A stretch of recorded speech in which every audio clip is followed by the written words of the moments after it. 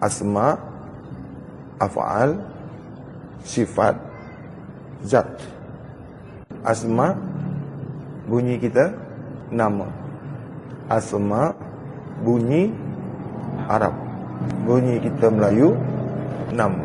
Af'al, bunyi Arab. Kalau kita perbuatan. Sifat Arab. Melayu pun panggil sifat juga. Kalau zat, Melayu pun panggil zat juga. Dah jadi bahasa kita lah. Tak susah lah. Kalau hanya bahasa saja. Jadi kita dah sama-sama faham. Jadi panggil asma pun boleh, panggil af'al pun boleh, panggil sifat pun boleh, panggil zat pun boleh. Tak ada kesusahan dalam segi makna. Sekarang masuk pada zat. Zat kalau bunyi zat, tak nampak. Kalau nak tahu zat, faham zat, bunyi zat saja, barangnya tak nampak, tak zahir. Contoh, zat gula manis, cantik. Contoh, zat garam, masin. Kalau nak cari zat, kalau nak tengok zat, tengok sifat. Nak cari zat, kenali sifat. Tengok sifat, perhati sifat, lihat sifat. Kalau nak kenali gula, nak mengenali zat gula, nak tahu zat gula, tengok sifatnya. Apa sifat gula tu? Macam mana sifat gula? Macam mana sifat garam? Jadi zat ini tak nyata kalau tak ada sifatnya. Gula ni tak nyata kalau sifatnya tak ada. Zat ini tak boleh dikenali kalau kita tak kenali sifatnya. Tidak wujud zat ini kalau kita tak tahu sifatnya. Sifat inilah yang menyatakan zat. Kerana sifatlah zat itu nyata. Sifat nyata kerana af'alnya ada. Af'al sifat itu. Sifat itu nyata kerana ada af'alnya, ada perbuatannya, ada geraknya, ada wujudnya, ada rupanya, ada rasanya. Itu af'al. Sempurnalah asma. Terpanggillah zat ini. Nyatalah zat ini. Barulah sempurna asma daripada zat ini kalau af'al sifatnya dah nyata. Barulah nyata zat ini. Zat memuji sifat, sifat memuji zat. Puji memuji. Boleh sifat memuji zat ya? Boleh sifat memuji zat. Sifat ini asalnya zat. Sifat ini berawal daripada zat. Sifat ini satu kepada zat, tak berpisah. Macam mana sifat nak memuji zat? Zat memuji sifat. Satu bendanya. Ada zat, mesti bersifat. Ada sifatnya, adalah zatnya. Macam mana sifat nak memuji zat? Zat memuji sifat. Buat apa? Ada kata, sifatlah yang memuji zat, zatlah yang memuji sifat. Dialah yang menyembah, dia yang kena sembah. Ini macam mana ni? Sifat itu daripada zat, af'al itu daripada sifat. Sempurnalah asma. Ada plastik, ada botol, barulah dipanggil air mineral.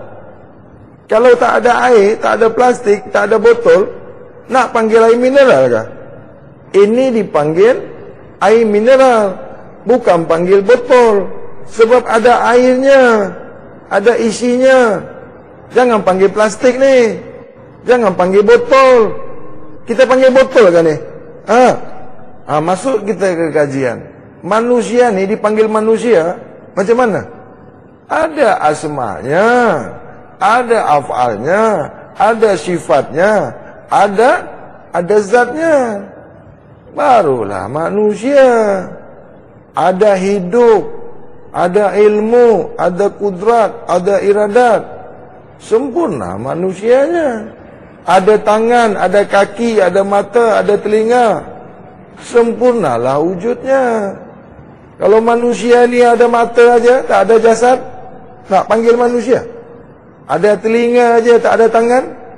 Sempurna tak hukum dia tu manusia? Boleh panggil manusia tak? Begitulah sembahyang.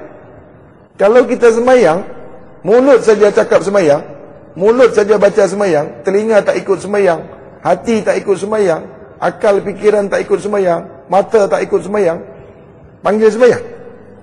Botol itu kalau tak ada airnya, panggil botol. Kalau ada air, mana boleh panggil botol? Botol tu tak ada air. Dia ada plastik dengan nama saja. Kalau ada airnya, mana boleh panggil botol? Panggil botol, isinya tak ada, baru boleh panggil botol. Ini air mineral, ada airnya, boleh panggil air putih. Ada orang panggil air botol. Ini tak boleh panggil air mineral, sebab tak ada airnya. Begitulah manusia. Manusia tak boleh dipanggil manusia kalau tak ada isinya. Manusia tak layak dipanggil manusia kalau tak ada rohnya. Manusia tak layak dipanggil manusia kalau tak ada akalnya. Kenapa panggil botol? Tak ada airnya. Kenapa dipanggil botol?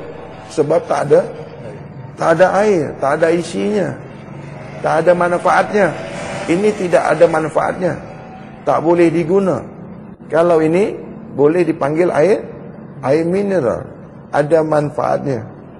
Manusia tidak ada agamanya, dia tak mengenali Tuhannya, tidak ada keimanannya, jangan panggil dia manusia. Manusia ni ada kategori dia. Manusia ada asma'nya, ada namanya, ada af'alnya, ada sifatnya, ada zatnya, ada Tuhannya.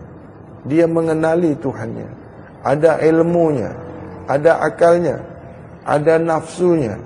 Satu saja kuranglah dia jadi manusia. Ada juga manusia tak ada akal, ada juga manusia tak ada agama, ada juga manusia yang tak ada ilmu. Ada, tapi tidaklah seutuhnya dia manusia. Dia bukan sebenar-benar manusia. Lagi ada manusia tak nak guna akalnya, tak boleh dipanggil manusia. Begitu juga Islam. Nak dipanggil Islam mesti bersyahadat, mesti sempurna syahadatnya. Sempurnanya syahadat, sempurna keyakinannya dulu. Sempurnanya keyakinan, sempurnanya ihsan, sempurna tauhidnya, sempurna makrifatnya, sempurna akidahnya, barulah bersyahadat.